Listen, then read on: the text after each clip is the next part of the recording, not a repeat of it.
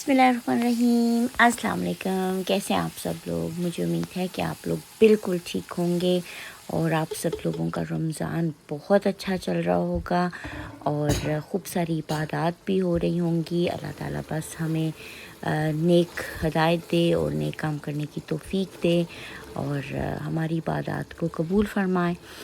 तो आज जी चिकन बना रही हूँ। काफ़ी दिनों के बाद समझ नहीं आ रहा था क्या पकाऊँ, तो बस चिकन भी रख लिया और साथ ही साथ यहाँ पर जो स्प्रिंग रोल की जो पट्टी होती है वो मैंने जो पिछली शॉपिंग की थी तो ले आई थी, आज फ्रीज़र से निकाल दी है।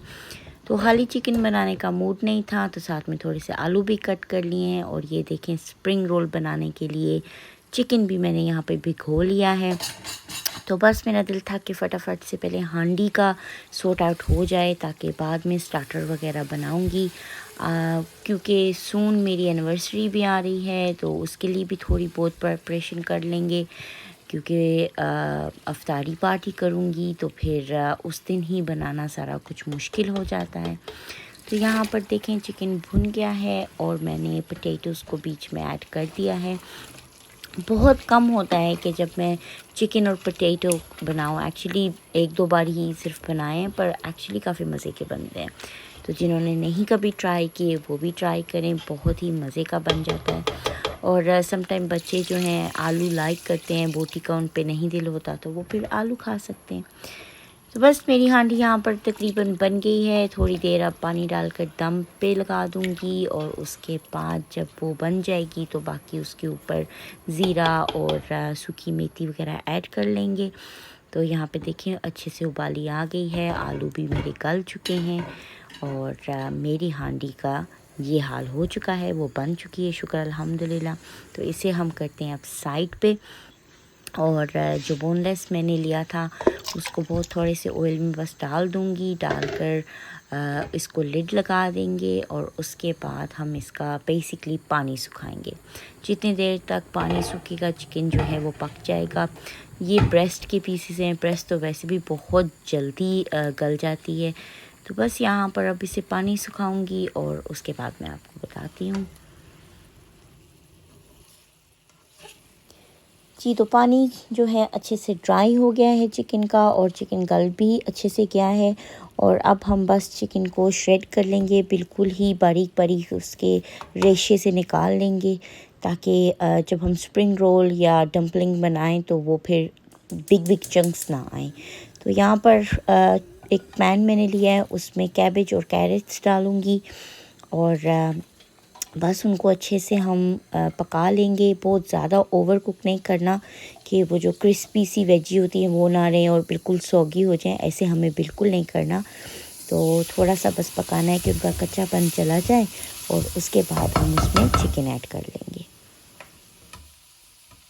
जी, तो मैंने चिकन को यहाँ पे 2 पोर्शन में कर लिया, क्योंकि मुझे एक तो बनाने हैं स्प्रिंग रोल अपनी एनिवर्सरी के लिए और साथ ही साथ मुझे यहाँ पर आज की अफ्तारी के लिए डम्पलिंग्स बनाने थे। जी, तो पहली फिलिंग जो हम बना रहे हैं वो बना रहे हैं स्टीम डम्पलिंग के लिए। तो ये आप देखें यहाँ पर कैरेट्स हैं, कैबेज है और चिकन है और अब हम इसमें डालेंगे ब्लैक पेपर और साथ में डालूँगी मैं सोल्ट और इसके बाद हम इस पे ऐड करेंगे रेड क्रश चिली और बस सोया सॉस ऐड की और उसके बाद हम इसे मिक्स करेंगे।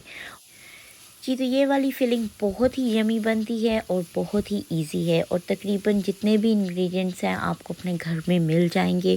कोई ऐसा अजीब ख़तरनाक किस्म का नाम नहीं है इंग्रेडिएंट्स में जो मिल ही नहीं सकता और बंदा सोचता ही रह जाता है ये है क्या चीज़। जी, तो ये हमारी एक फिलिंग रेडी हो गई है चिकन की और साथ में इसमें कैबेज और कैरेट्स डली हैं और बहुत ही सिंपल सी हमारी फिलिंग है। अब हम डो रेडी करेंगे। यहाँ पर मैंने 2 कप लिया है मैदा, साथ में हस्बे ज़ायक़ा सोल्ट और साथ ही साथ 2 टेबलस्पून जो मैंने लिए हैं देसी घी के। आप ऑयल यूज़ करें, बटर यूज़ करें, जो भी आपका दिल करता है करें, कोई टेंशन वाली बात नहीं है। और बस अब मैं इसको अच्छे से गूंद लूँगी और इसको हमें बेसिकली आटे की तरह करना है, नॉट टू हार्ड और नॉट टू सॉफ्ट।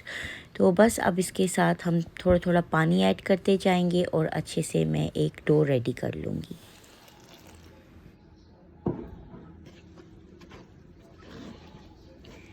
जी, तो आप ये देखें यहाँ पर मैं पानी एकदम से सारा ऐड नहीं करी, थोड़ा-थोड़ा करके बस डाल रही हूँ और पानी जो है वो थोड़ा-सा वार्म है, बहुत ज़्यादा ठंडा पानी नहीं है। तो यहाँ काफ़ी देर कुश्ती करने के बाद ये देखिए मेरा मैदा जो है, जो डो है वो मेरी तकरीबन रेडी हो गई है और बस इसको थोड़ा-सा मैं और गूँध लूँगी और उसके बाद हम इसके ऊपर थोड़ा-सा ऑयल या अपना घी लगा कर रख देंगे। इसको अच्छे से सेट होने देंगे। जी, तो यहाँ पर डंपलिंग के लिए जो डो रेडी की है उसे रेस्ट करने पर हमने रख दिया है और ये देखें जो मैंने थोड़ा-सा चिकन साइड पे रख दिया था, उसको अब यहाँ पर हम स्प्रिंग रोल की फिलिंग बनाएंगे और बस थोड़ा-सा गर्म होने के बाद यहाँ पर salt, red chilli powder, black pepper और साथ ही साथ सोया सॉस मैं ऐड कर दूँगी। और जो लास्ट हमने अभी बनाई है फिलिंग उसमें हमने कैबेज डाली थी और कैरेट्स डाली थी। इस पे हम वो नहीं डालेंगे, इस पे हम डालेंगे स्वीट कॉर्न और स्प्रिंग अनियन और थोड़ा-सा क्रिस्प देने के लिए जो दूसरा नॉर्मल अनियन होता है वाइट वाला वो भी ऐड कर देंगे। तो ये देखें ये भी रेडी हो गया है। इसका भी टेस्ट बहुत नाइस है और सिर्फ कैरेट और स्वीट कॉर्न चेंज करने की वजह से इसका टेस्ट भी थोड़ा डिफरेंट हो गया है। तो यहाँ पर अब मैं थोड़ी सी मैदा लेकर उसको पानी में घोल रही हूँ ताकि वो मिक्सचर सा रेडी हो जाए, क्योंकि जो हम पट्टी रोल है उसे जो स्टिक करेंगे वो इसी के साथ करेंगे। तो बेसिकली ये हमारी एक ग्लू सी रेडी हो जाएगी यहाँ पर।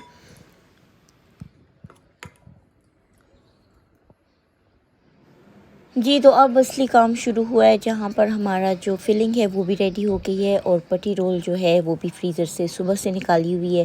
तो देखिए कितने सॉफ्टली जो हमारी एक-एक शीट है अलग हो रही है।